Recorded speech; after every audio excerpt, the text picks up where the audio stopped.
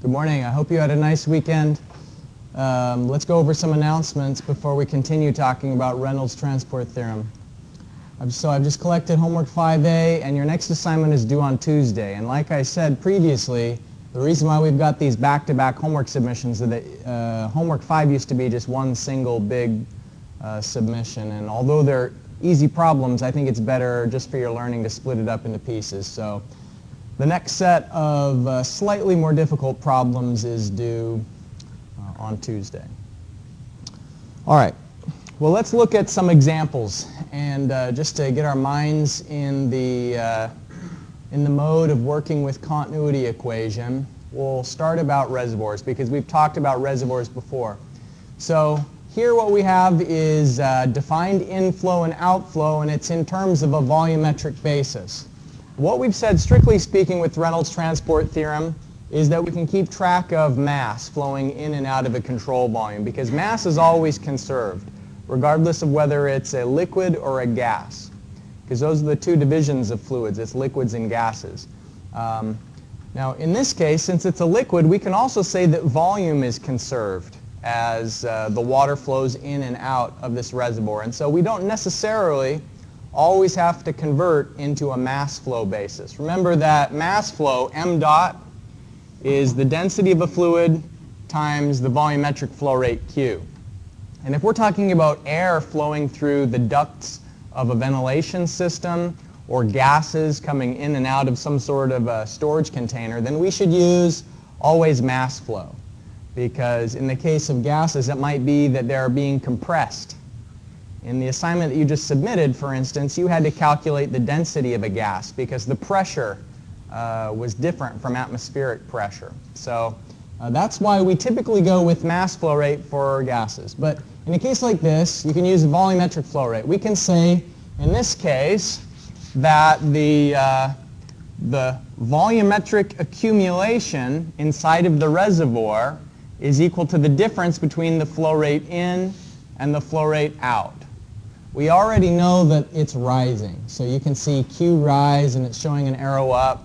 And even if it wasn't giving us that, you can just, by looking, see that the flow in is bigger than the flow out. So what I'd like you to do is, with this given area, the surface area of the reservoir, find out how quickly, in terms of meters per hour, how many meters per hour is the water level going up. Now, before I turn you loose to work on this, let's talk about the way that they're defining the surface area. 10,360 hectares. Now, you've been working with the metric system longer than me. What's a hectare?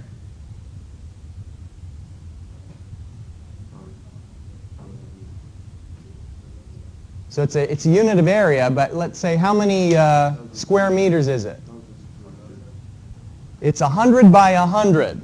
So if you have 100 meters by 100 meters, that's a hectare, 1 HA. So 1 HA equals how many meters squared? 10,000. All right. So you've got it in terms of hectares. In order to find the velocity that the water is rising, please use that and convert it into square meters. All right. So go ahead and get started.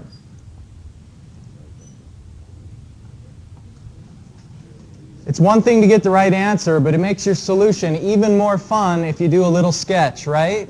So I hope you'll consider doing these little sketches because I really do think that they help. So we've got some in, we've got some out. The flow in is bigger than the flow out, and that's why there is the water level is accumulating inside of this reservoir. We know the surface area of the reservoir. So the main idea here is that inside the control volume there's a net accumulation of liquid. So there's a Q rise that you just find by dividing the difference between the two. So the surface area is 10,360 hectares. Multiply that by 10,000 meters squared in a hectare, and then we use this to find the V rise. Okay, so here's our final answer. So it's pretty slow. If you look at it in terms of meters per second, you won't be able to notice the water level rising. It's going to be moving even slower than like the hour hand of a clock. But over a 1 hour time frame, it will have gone up 14.8 centimeters. So over an hour, the water level in terms of a reservoir will be filling very quickly. Reservoirs rise and fall very slowly because of their enormous surface area. So these are typical values. You know, this isn't outside the realm of possibility for a large full-scale reservoir actually found out there. Are there any questions on this illustration? All right, we've got a lot of examples today, so let's move on. We've talked about orifices, and you've had the idea of orifices in the lab as well. So what we're working with here is a tank, and it has a hole in the side of it, and this V equals the square root of 2GH relationship comes from applying Bernoulli's equation between the top of the reservoir and the water just after it's come out, the jet that's exiting the tank. So if we combine the orifice equation along with the Reynolds transport theorem and the idea of continuity, that we want to keep track of how quickly things are coming out of the tank, and therefore we can keep track of the net loss of fluid inside of the reservoir, we can do some interesting problems. Now, if you set those two things equal to each other, the accumulation versus the flow out, this is the expression we start with. So we're saying that location 1 is the jet of water that's flowing out. So V1A1 is the flow out. And then the way that we are expressing the net loss of fluid inside of the control tank, the control volume, is the area of the tank. So that's the cross-sectional area, assuming like that this is circular, for instance. Then we'd use pi d squared divided by 4. So the area of the tank, and then dH dt is the rate that the water level is going down, the change in height over time. So then this gives us the same units on the left side and the right side. Because on the left, we are going to have volume per time, and now on the right, if we multiply these two together, it's volume per time. So combining the orifice equation, square root of 2GH in place of V1, and then we integrate the expression, we can find out the time that it takes for the water level to fall a certain distance. We can relate the time to how quickly the water level is falling from a certain height. And this is what we're going to do. We're going to do problems where we're given some initial height of the water surface, h naught, and we want to find out how long does it take to fall from its initial elevation down to a lower elevation. Now what you may already have a sense for is that it's a nonlinear fall rate, that at first the water level is draining very quickly because there's a lot of pressure down here at the depth of the orifice when h is big. But then as the water level falls, that decreases the pressure and that decreases the velocity, and so the flow out is slowing down as the water level decreases. And so at first the water is spraying out very fast, but then the water level is getting lower and lower, and then that jet velocity decreases, and so the flow rate out decreases over time. So let's look at an example that illustrates both how to use this equation for finding the time it takes to fall a certain depth, and then in part B we're going to get a sense for the decreasing outflow rate as the height goes down. Okay, so in this problem we know the diameter of the tank, the diameter of the orifice, and then h naught, the initial height of the water surface before it starts to drain. In part A, we want to find out how long will it take to fall a distance of 1.1 meters. So the water level is starting up here, and it's going to go down 1.1 meter. And then in part B, from where it stopped in part A, an additional 1.1 meter. Okay.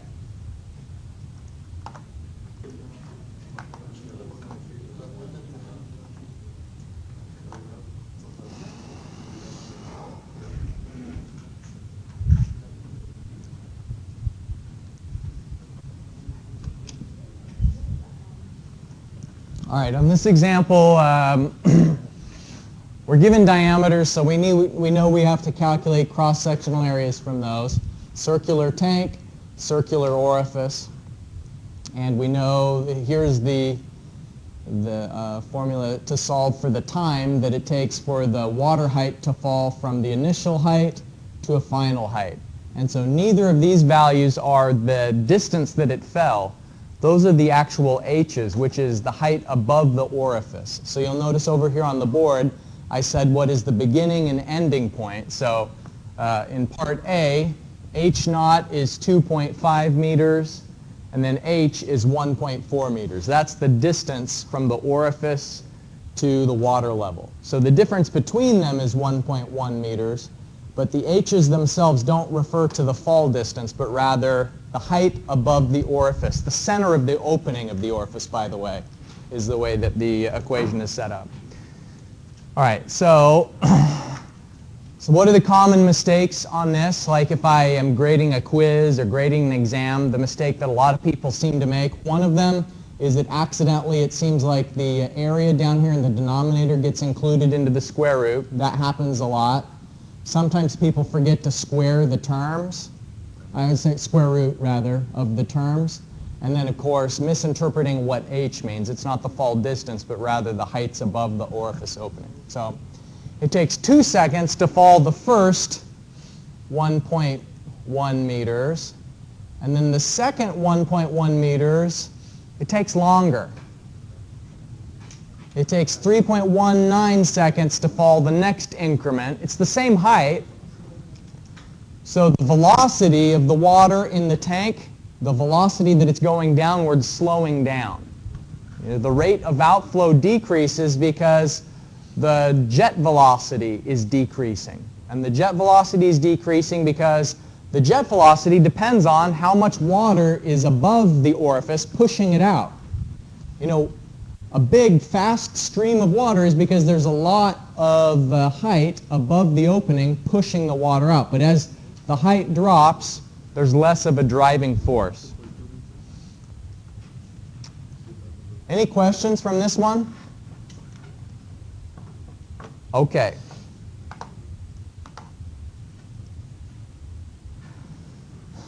Here is the combination of a couple of ideas.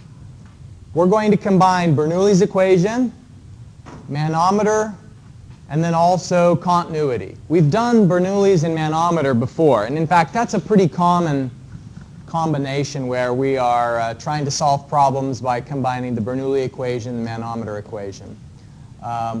This one just throws a continuity relationship back into the mix here. We know the velocity at 1, where the section is wide, the section of this contracting pipe is 30.48 meters per second. And then the cross-sectional area here at 2 is half the area that it was at 1. You can see this relationship says that the area at 1 is double the area at 2, so that means that the area here is half. What we're assuming in this problem is that the density of the air is constant, that it's not compressing or getting less dense as the air flows through this nozzle. We're just given a fixed air density of 1.03 kilograms per cubic meter. And we also have the specific weight of the manometer.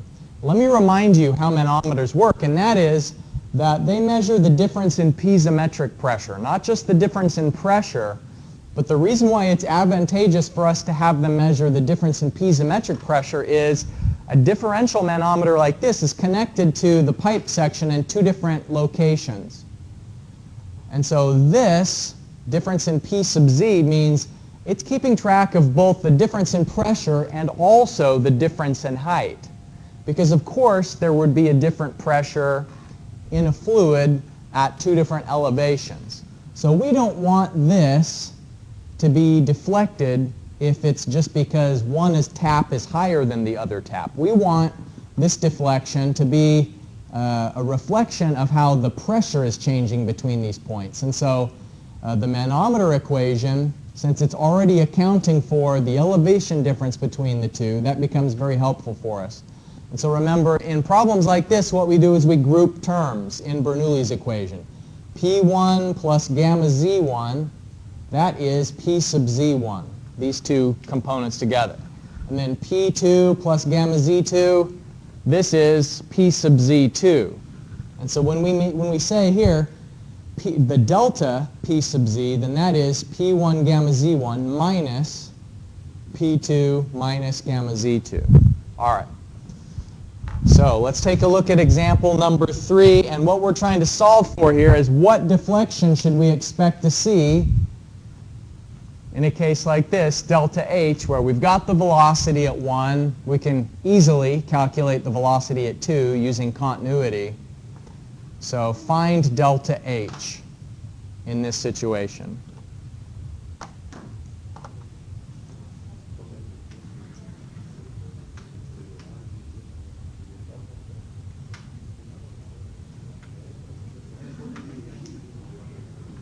Okay, I put the continuity stuff on the screen.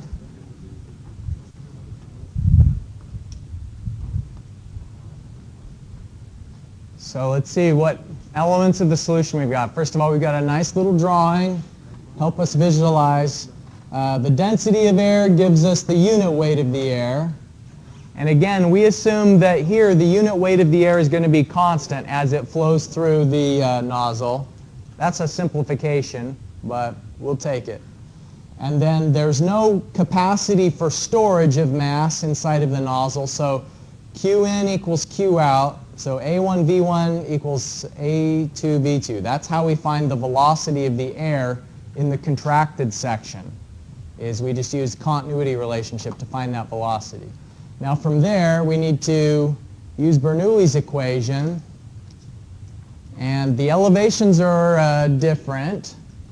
So I'm grouping here by P1 plus gamma Z1. I'm calling that P sub Z1. And then grouping by piezometric pressure at 2. So that's where the P sub Z2 is from. And I rearrange that. Delta P sub Z is just this relationship on the right side of the equation. And then you can see that I rearrange the manometer equation in terms of that same delta P sub Z, because I'm going to substitute in the difference in piezometric pressure that I found, and that's how I'm going to calculate the delta H.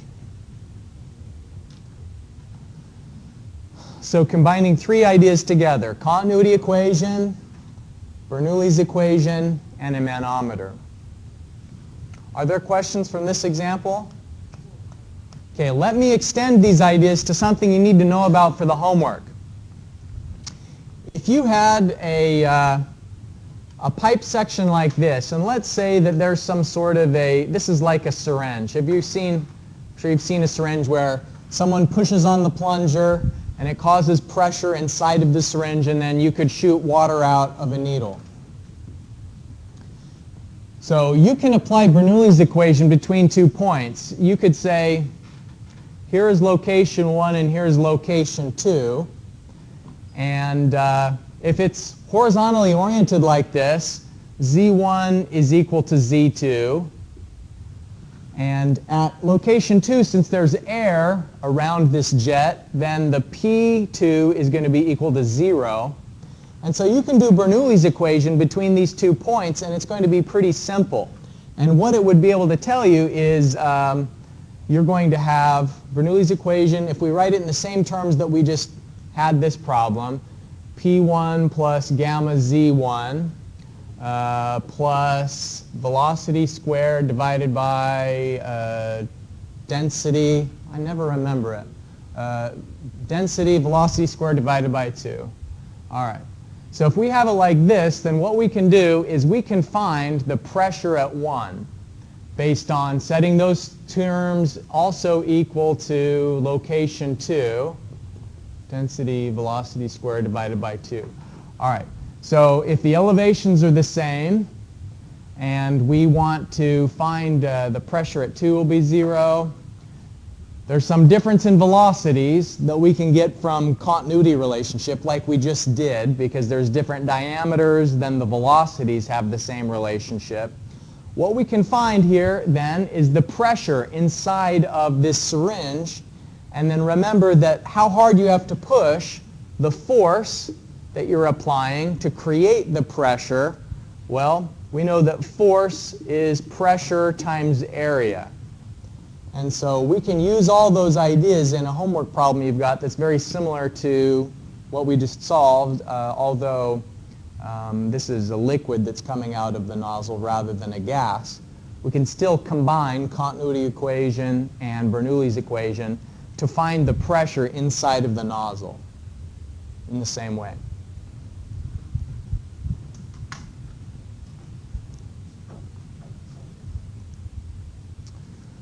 Okay, we're going to finish by talking about cavitation. You remember earlier in the semester we talked about water boiling. And the two ways to make water boil is, number one, you can heat the water, and as you heat it, what it's doing is it's adding energy, and so the molecules are moving around faster, and eventually the molecules will have enough kinetic energy that they can escape from the liquid phase to the vapor phase, when the vapor pressure of the liquid equals the atmospheric pressure. So one way to make the vapor pressure equal the atmospheric pressure is increase the vapor pressure by heating the liquid. And that's what this is showing, is vapor pressure is going up as you heat the liquid.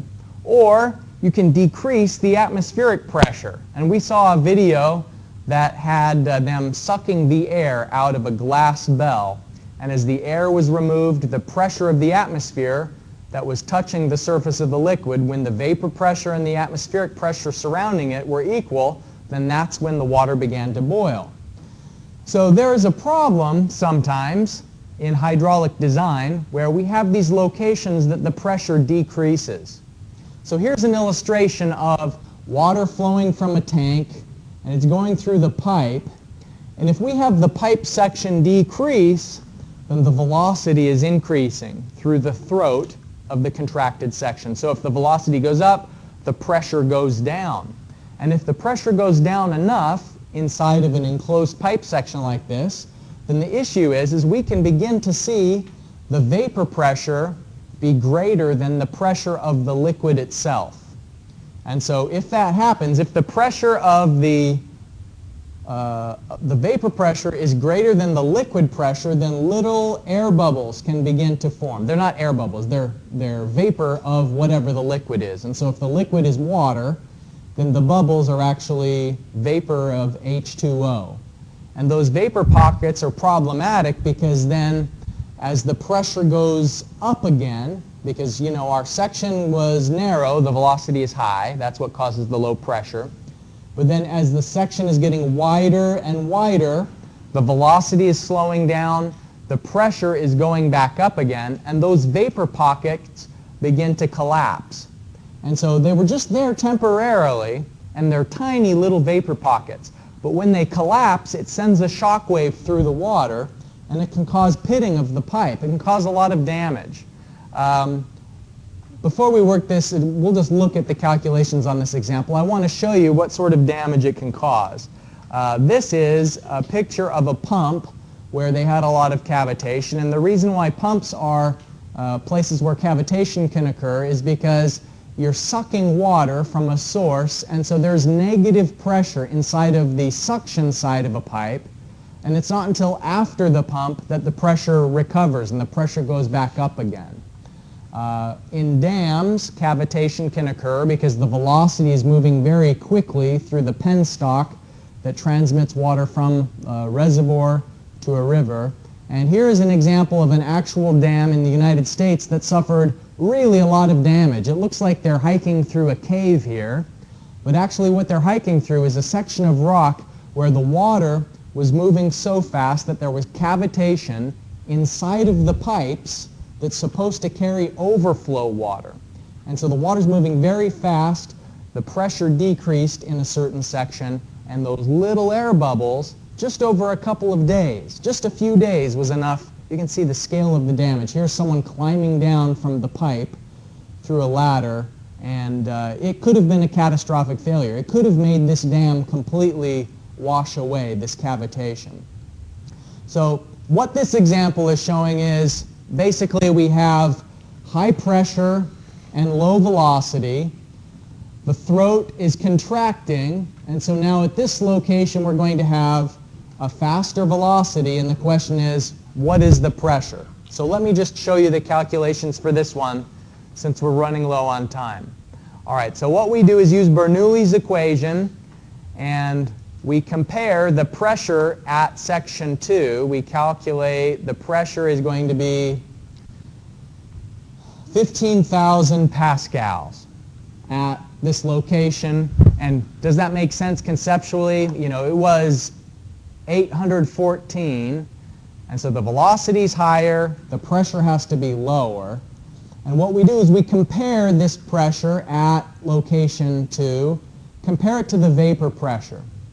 If the pressure of the water is higher than the surrounding liquid pressure, then that means there's a risk of cavitation. And here, that's the case. Since P2 is less than the vapor pressure, then yes, there will be cavitation. These tiny little bubbles that can form, let me go to here. This example is a situation where the vapor bubbles are going to be forming, and they start where the pressure is low, but then when the water gets back into the high pressure zone, those bubbles collapse, and that's what can cause the damage. So we're out of time for today. If we just go back to these announcements, remember you've got another assignment due on Tuesday. So I'll see you then. Let me know if you've got any questions, and have a great day.